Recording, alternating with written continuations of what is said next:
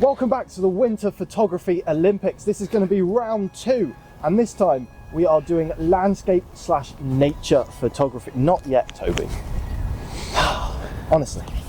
So I've brought with me the same camera as last time. It is the Nikon D5100 with the Tamron 70 to 300mm lens. And what do you have, Toby?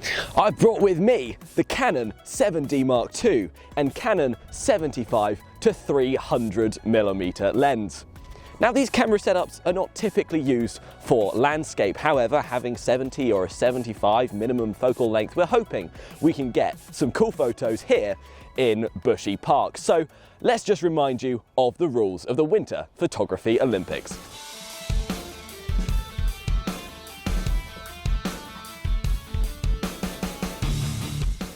These look pretty for camera. That's Story it. time with Zach. I wore a dress. There's a photo of it. See if you can find it. I was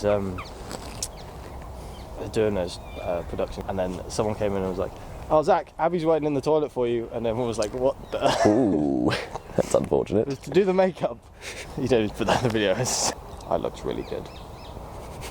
And so, starting round 2 of the Winter Photography Olympics, I have a 10-minute timer. We're going to count to 3 and then take some photos. Great.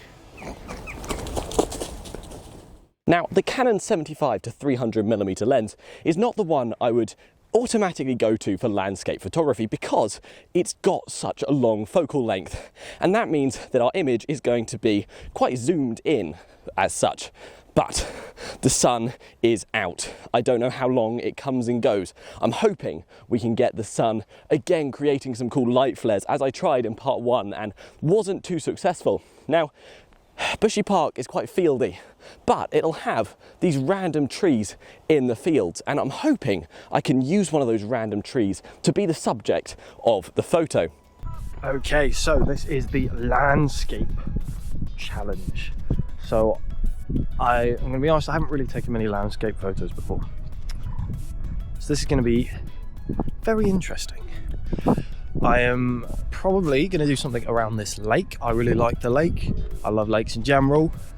So I think I'll try and incorporate the lake in some way. To take a good landscape photo, you want 3 elements. You want the foreground, you want the subject, and you want the background. So first of all, we need to think foreground. What do we want in the front of our image? What do we want as the starter? And I'm thinking some of this grass just blurred out in the front would look quite nice. Then we have the tree as our subject, that's where our focus is going to be. And for this shot, I'm thinking having the sun as a background could be effective.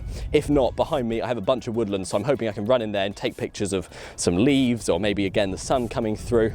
That's my backup plan. But for now, I'm hoping taking a picture of this tree could work.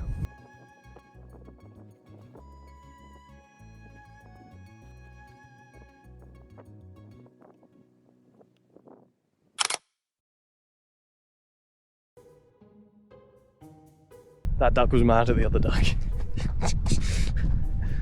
Oh, I don't think anyone likes that duck. Oh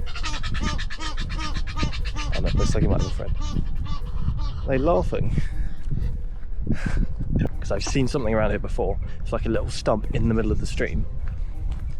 If I can get on that, this is going to be awesome. It's like in the middle of a stream surrounded by water. I think might be really cool. So I'm going to be very careful.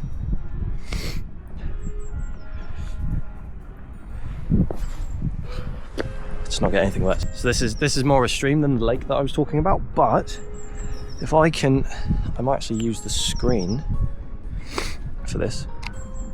Turn it on first would help. If I use the screen so I can get like really low down to the water, might be super cool.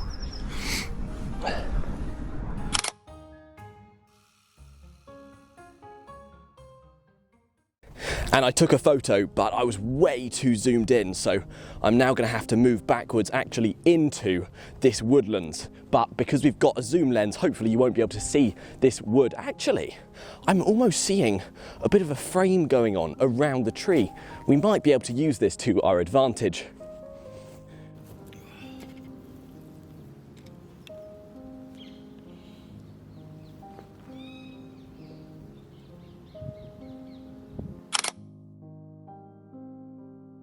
It's not really isolated enough.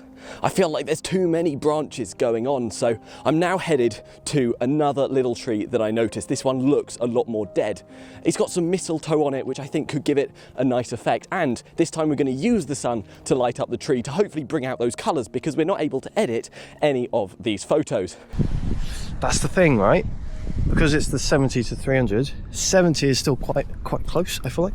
Like, I don't think it's a good length for landscape, so it just means that I have to adjust what I'm going to do, essentially. So I'm going to try and go a bit further back from the lake.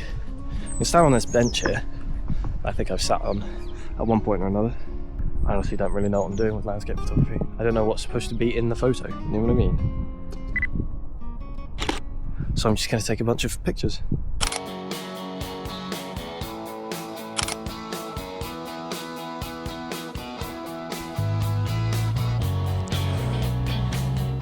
I think it's actually quite a good subject, but my issue is now finding the foreground that works. You see, if I bring my camera too low down, we lose the bottom part of the tree. So I'm actually going to use an old trick called my hand. I'm going to hold my hand in front of the camera and actually make a foreground that will hopefully look like it's just some plants. Let's see how it goes. You know how I've seen it done before, where like, someone takes a picture into a puddle and then you get like the beautiful reflection from behind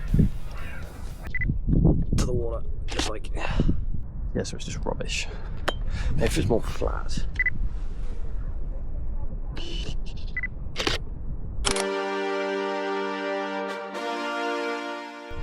So I've gone for a nice, like, looking down a path flanked by trees. Obviously it's winter photography, the trees are all dead, but it's a nice little path surrounded by trees.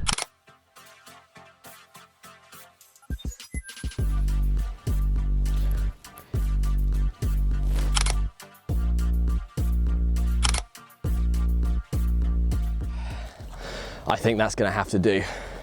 Let's check out the time. I can actually see Zach out in the distance. I have 40 seconds left, right. We're going to have to start making our way back.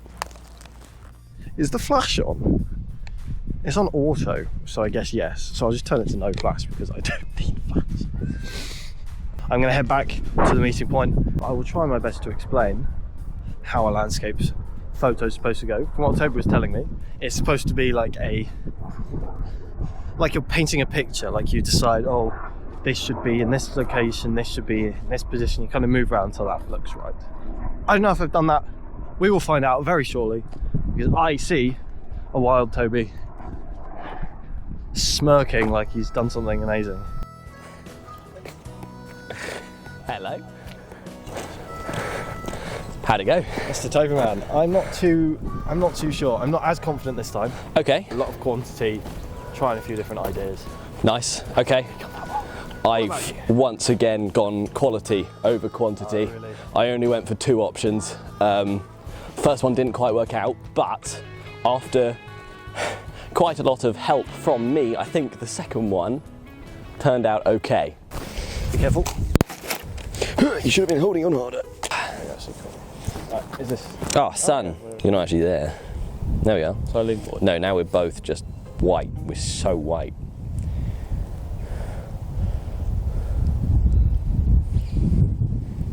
Got a problem with that?